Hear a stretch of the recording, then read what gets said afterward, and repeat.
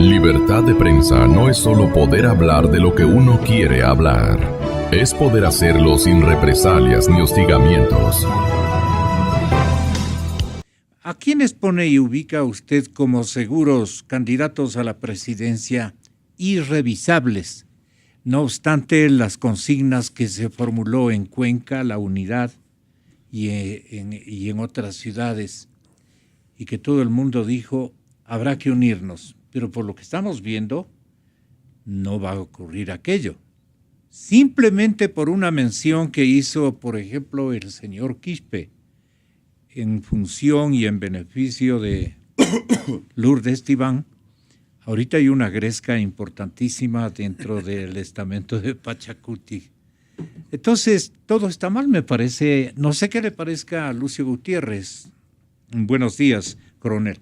Buenos días, muchas gracias por la invitación. Un saludo cordialísimo a los amables radioescuchas, al doctor Diego Ordóñez.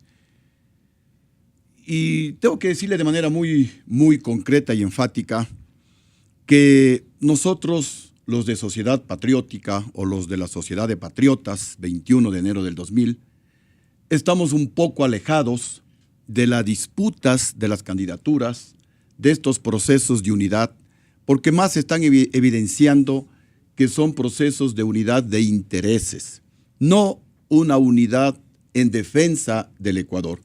Y hemos tomado la actitud... ¿Cómo prueba que son intereses unilaterales que están defendiendo? Porque algunos actores políticos estuvieron en un frente, luego se fueron a otro frente, ahora están en otro, como buscando quién les da más. Y en este momento el pueblo ecuatoriano, y lo digo porque nosotros estamos en una actitud escuchando a la gente, escuchando al Ecuador, y aquí tenemos pues unos folletitos, doctor Diego Ordóñez, lo vamos a dar también al licenciado Gonzalo Rosero. Estamos en una actitud escuchando a la gente, escuchando al Ecuador. ¿Y qué es lo que quiere el Ecuador? El Ecuador justamente quiere eso, ser escuchado.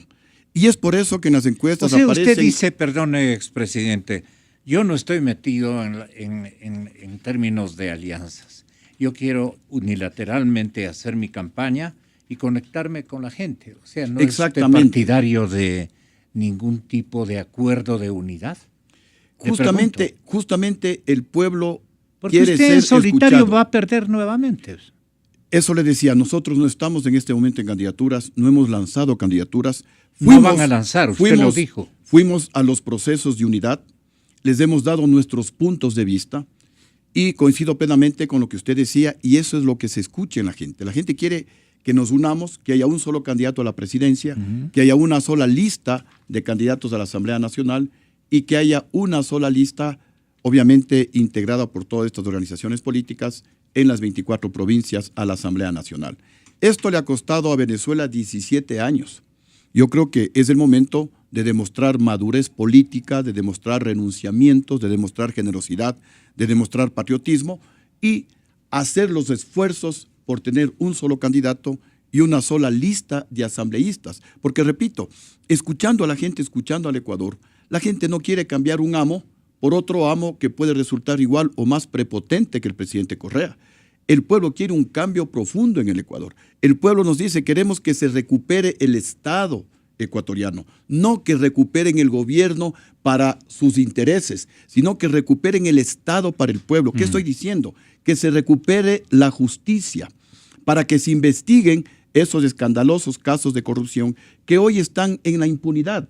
Y entonces el pueblo quiere cambios profundos a la actual Constitución, que se apruebe una nueva Constitución que justamente permita tener un nuevo Contralor, un fiscal independiente, cortes de justicia independientes que no persigan a los opositores políticos que denuncian los casos de corrupción del gobierno, sino que más bien defiendan los intereses del pueblo ecuatoriano y que sancionen las pillerías de funcionarios del actual gobierno. Yo quiero que sea usted, Diego, el que evalúe esto para que luego lo haga Lucio Gutiérrez.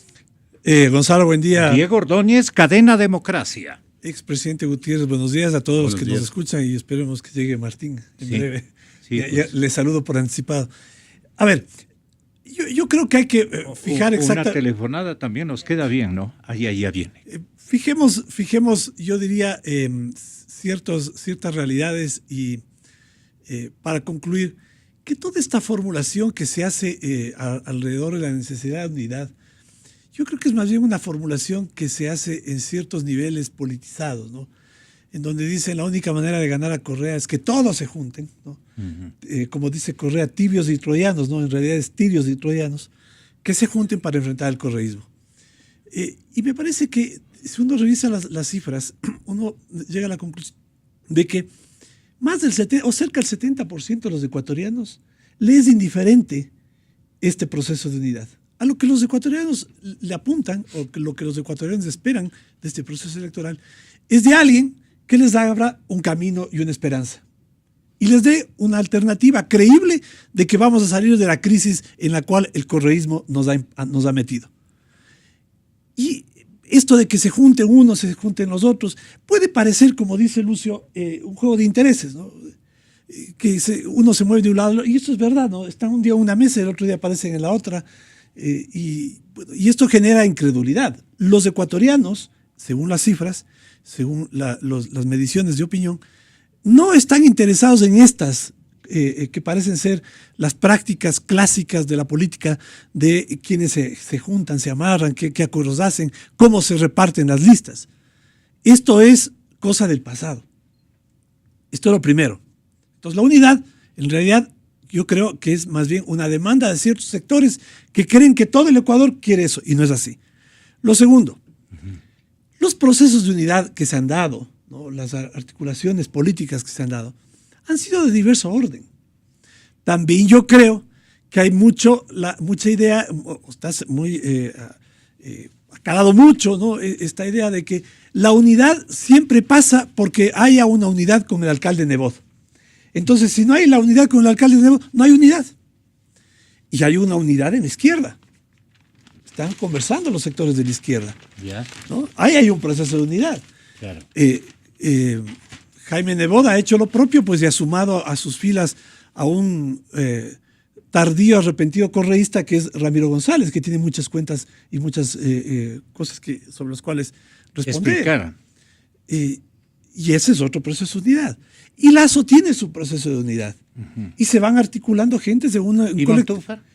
Bueno, hay que preguntarle a César si es que se siente cómodo ahora en el escenario en el que está. Él sabrá. Pero ¿Qué le hicieron? Yo le he preguntado reiteradamente a él, pero se sonríe, ha aprendido a sonreírse cuando no tiene respuesta. Yo no sé, no sé, pero... No, bueno, digo, pero ¿qué supone le hicieron en el movimiento que usted está respaldando en favor de...? No tengo respuesta al respecto, no podría afirmar. Supongo que debe haber sido algo lo suficientemente o él estaba a la peso. expectativa de algo que no sé. Pero en realidad los hechos son claro, los que se grafican en las fotos, ¿no? César con Nebot y con Ramiro González, que es un proceso de unidad. Y hay otro, pues, que se vino articulando desde hace algún rato, que es este grupo de la unidad alrededor de un colectivo denominado Compromiso Ecuador, en donde hay un montón de gente, un montón de representantes de muchas organizaciones, claro, que no tienen el nombre o no tienen la representación mediática como para que muchos lo identifiquen. Y entonces, de pronto se puede generar como que, o la conclusión como que ahí no hay un proceso de unidad. Pero lo que estoy señalando con esto es que hay distintas dinámicas de esta unidad. ¿Qué resulta para los cuatro pelagatos en que ustedes se uniforman pensando en un país cohesionado ideológicamente para desbaratar todo el andamiaje que dejan instalando perversamente los señores que este momento nos gobiernan? Martín Pallares en Cadena Democracia. ¿Por qué resulta complicado, Martín? Sí, Gonzalo, buenos días. Me parece que en general la situación es, ya sea para la oposición o para quien sea, es complicada porque lo que está ocurriendo en este país es muy complejo. Hay un gobierno que tiene que salir, Hay un presidente que no se presentó nuevamente a la reelección porque no le daban las cifras, pero es un entramado, una estructura de poder que no puede darse el lujo de dejar el poder. Son 10 años de abuso de ese poder. Son 10 años incluyendo abuso de fondos públicos. Obviamente, es que el abuso siempre va por ahí. El abuso siempre termina por ahí. Hay muchas cuentas que rendir. Entonces, dejar el poder no es una opción. Simplemente no se puede dejar el poder. Entonces, esto hace que la cosa sea especialmente compleja porque este es un gobierno que, a diferencia de los gobiernos democráticos, es un gobierno que ha logrado captar una cantidad de instituciones que hacen que las elecciones no se vayan a dar en unas circunstancias normales. Hay un Consejo Nacional Electoral en manos del gobierno. Que es compadre. Hay una justicia que también lo es. Entonces, no nos sorprenda que algunas opciones electorales terminen siendo descalificadas por una justicia que está en manos de ese poder. Eso ha ocurrido en Venezuela, está ocurriendo los jueces en Venezuela. que tienen toda su parentela en puestos públicos. Entonces no va a ser un proceso electoral normal, no va a ser un proceso electoral como con sus defectos y virtudes conocíamos anteriormente, ¿no? También coincido que este gobierno no está acabado. Creo que tiene unas estructuras importantes, creo que tiene un porcentaje de voto duro y que es significativo. Creo, igual coincido con Diego, creo que esto va a ir cambiando de acuerdo, vaya evolucionando la crisis en estos días. ¿O agravándose la economía? La economía ya está en una situación muy mala. El descontento social yo creo que es el que va a ir deteriorándose, ¿no es cierto? Va más bien aumentando ese deterioro. Y por el otro lado, creo que la oposición también está en una situación compleja, porque todo es complejo. Mientras es un poco inútil pedir que todo el mundo se una, porque también hay muchas visiones de cómo salir de esto. Entonces me parece difícil que haya una visión única sobre cómo salir de este entramado, de esta situación. ¿Cuál de las visiones o caminos o senderos para salir de esto te parece un escenario más factible y más conveniente para que nos mantengamos de alguna manera unidos en rescatarle al país a la normalidad, al respeto a las normas constitucionales, al quitarles esta propiedad que ellos creen que han adquirido desde hace más o menos unos 9, 10 años? Entonces, ¿cuál es el camino, digamos? Yo creo que el camino es ver cuál de las opciones es la que plantea la forma más estructural y más completa para desmontar lo que está ocurriendo en este momento, ¿no? Todo lo que armó la Constitución de Montecristi. Creo que existe un Estado gigantesco, un Estado que le ha quitado el poder a la sociedad y le ha entregado a un grupo político. Creo que hay cosas complicadísimas como todo lo que se llama el quinto poder, que está ahí y que seguirá, incluso sobrevivirá a los próximos presidentes. Entonces, tiene que haber, y en eso sí soy crítico con la oposición, me parece que no ha habido mucha claridad en plantear una opción sobre cómo vamos a echar estos andamios abajo, ¿no? Pero yo como ciudadano, si me pregunta como ciudadano, a mí lo que más me importa es eso, es un plan para desmontar esto, sea constituyente, sea reforma a la Constitución, no sé. A mí lo que me ha hecho falta es voceros políticos, líderes políticos que me expliquen con detalle cómo van a desmontar esto y que me convenzan de cuál es la vía más conveniente. No solo conveniente, más duradera, más firme, inclusive expedita, ¿no? Y menos, y yo lo que sí pido es nada de novelerías, ¿no? Porque lo de Montecristi fue una gran novelería. Hubo gente que se dio cuenta que era novelería, pero que fue tachada y marginada porque estar en contra de eso no era popular. creo que es momento de olvidarnos. El que más rápido se dio cuenta es Alberto Acosta, por eso es. No, yo creo que había gente, creo que había muchísima gente que se había dado cuenta muchísimo antes de Alberto Acosta. Alberto Acosta y fue parte, fue parte. Yo más bien pensaría que se dio cuenta muy tarde. Lo ideal no es igual a lo real, o lo real no es igual a lo ideal. Tal vez la buena noticia es de que en lo único que coinciden las encuestas es que el 70% de ecuatorianos no ha decidido por quién votar. Y si el gobierno está en campaña 10 años, y si el gobierno ha gastado 300.000 millones de dólares del presupuesto, quiere decir que ese 70% de ecuatorianos no va a votar por el gobierno. Entonces el gobierno tiene el 30% de ese 30% que se ha decidido por quién votar, es decir, el 9%. Es decir, hay un escenario inmenso todavía para trabajar. Así que creo y también coincido en que lo que está esperando ese pueblo, cuando nosotros caminamos, escuchamos a la gente, escuchamos de Ecuador, es una propuesta clara. Por ejemplo, en lo político, ¿qué es lo que ha dicho Sociedad Patriótica? Que el próximo presidente del Ecuador, el segundo decreto, debe ser convocando a una consulta popular para ojalá en un mes aprobar una nueva constitución que permita desmontar todo el aparato de corrupción, impunidad y persecución. Se lo hizo en el año 1979, cuando terminaba la dictadura militar. Hoy hablamos que estamos saliendo de una virtual dictadura. ¿Y qué hizo la dictadura? Puso a disposición del pueblo ecuatoriano 2 alternativas de constitución. Porque el otro camino sería ir a una asamblea constituyente que el pueblo no va a soportar 2 años, 2 años y medio en discusiones, y cuando se quiera aprobar esa nueva constitución posiblemente el país estará quebrado. No tiene espacio Diego Ordóñez, ya no tiene espacio el presidente para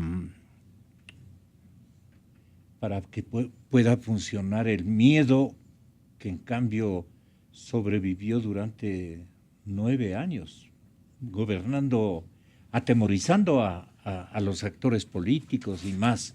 ¿Este momento ya la cosa ha cambiado? La manera de pregunta, Diego Ordóñez. Gonzalo, yo le decía al inicio aquello que acabamos de escuchar, ¿no? En el sentido que las cifras, las encuestas, reflejan un severo deterioro de la credibilidad de la palabra del presidente, un severo deterioro del apoyo electoral del cual fue beneficiario durante los últimos 10 procesos electorales. Y básicamente debido a lo que, como Martín decía hace un momento, debido a la abundancia de dinero, ¿no? Que provocó que muchos sectores de la sociedad, muchísimos ecuatorianos, vean hacia otro lado, vean hacia el techo, se hagan los indiferentes respecto del abuso en todos los ámbitos, ¿no? El abuso del dinero, abuso del poder, ¿no? Y esto ha cambiado. Porque el modelo del correísmo centrado en el precio del petróleo pues era un castillo de naipes, y esto se ha venido abajo. Y cuando se viene abajo todo. Y la credibilidad, pues... ¿Ya no tiene en qué sustentarse este régimen? Claro, el inmenso... Porque ya ni el miedo, eso es lo que dice... El inmenso poder, ¿no? El inmenso poder llevó al control de toda la estructura del Estado y sobre todo la función judicial y de los organismos judiciales para pues, atemorizar, y de hecho ha producido eso. Y se sigue sintiendo todavía mucho de eso, ¿no? Hay muchos ciudadanos, muchísimos ecuatorianos que ya no tienen miedo, y usted puede ver eso, el humor de la gente en las redes sociales, en donde ya la gente no tiene miedo y le dice a Correa, le dice a su gente pues, cosas a veces bastante subidas de tono, yo creo que un poco excesivas, pero reflejan eso, ¿no? Pero también hay que empezar a que otros sectores dejen de tener miedo, los medios de comunicación, por ejemplo, dejen de estar atemorizados, para que los temas de los asuntos que se denuncian respecto de corrupción tengan mayor cobertura, ¿no? Y ahora ya hay yo diría una reacción, ha venido el contragolpe, digamos, ¿no? Y ahora el enjuiciado ya no es el medio de comunicación, sino el superintendente de comunicación se le acusa de una falsificación de documento público, y se ha iniciado un proceso en la fiscalía. Dicho de paso, yo creo que eso se hace rápido para dejar luego todo sin efecto, ¿no? Pero de todas maneras ya hay evidencias de que eso está sucediendo. Y esto, Gonzalo, cambia el escenario político, ¿no? Y en este nuevo escenario político es en el cual tenemos que plantearnos cuáles son las estrategias que nos permitirían ganar las elecciones, ganar la asamblea. Y por eso es que yo le decía hace un momento, no todo este discurso respecto a la unidad es un discurso que por suerte en este momento no obliga a que todos los ecuatorianos de todo que se autodefinen correístas y que tienen, yo diría, rabos de paja, pues tengan que ser obligadamente sentados en una mesa, ¿no? Esto me parece a mí que no es lo saludable en términos de reconstruir, porque ¿qué credibilidad hay, por ejemplo, de que vamos a dar de baja la ley de comunicación si está sentado en la mesa el señor González, cuyo grupo votó a favor de la ley de comunicación? No tiene ningún sentido, ¿no? Esto es absolutamente poco, esto no es creíble. Entonces, las propuestas que se hagan tienen que también tener o provenir de aquellos que tengan la autoridad moral como para que los ecuatorianos crean en esa voz. Yo sinceramente pienso que sí va a haber segunda vuelta. Yo creo que el gobierno no está en condiciones de fortaleza, a no ser que el aparato logístico haga lo que la voluntad no lo logre. Que espero que no sea así. Que haya fraude. Sí. Claro, hay que decir. Pero yo tengo mucho temor de ese cuento. Yo tengo la impresión de que si las cosas siguen por su cauce, va a haber, siguen por el cauce normal, sí va a haber una segunda vuelta.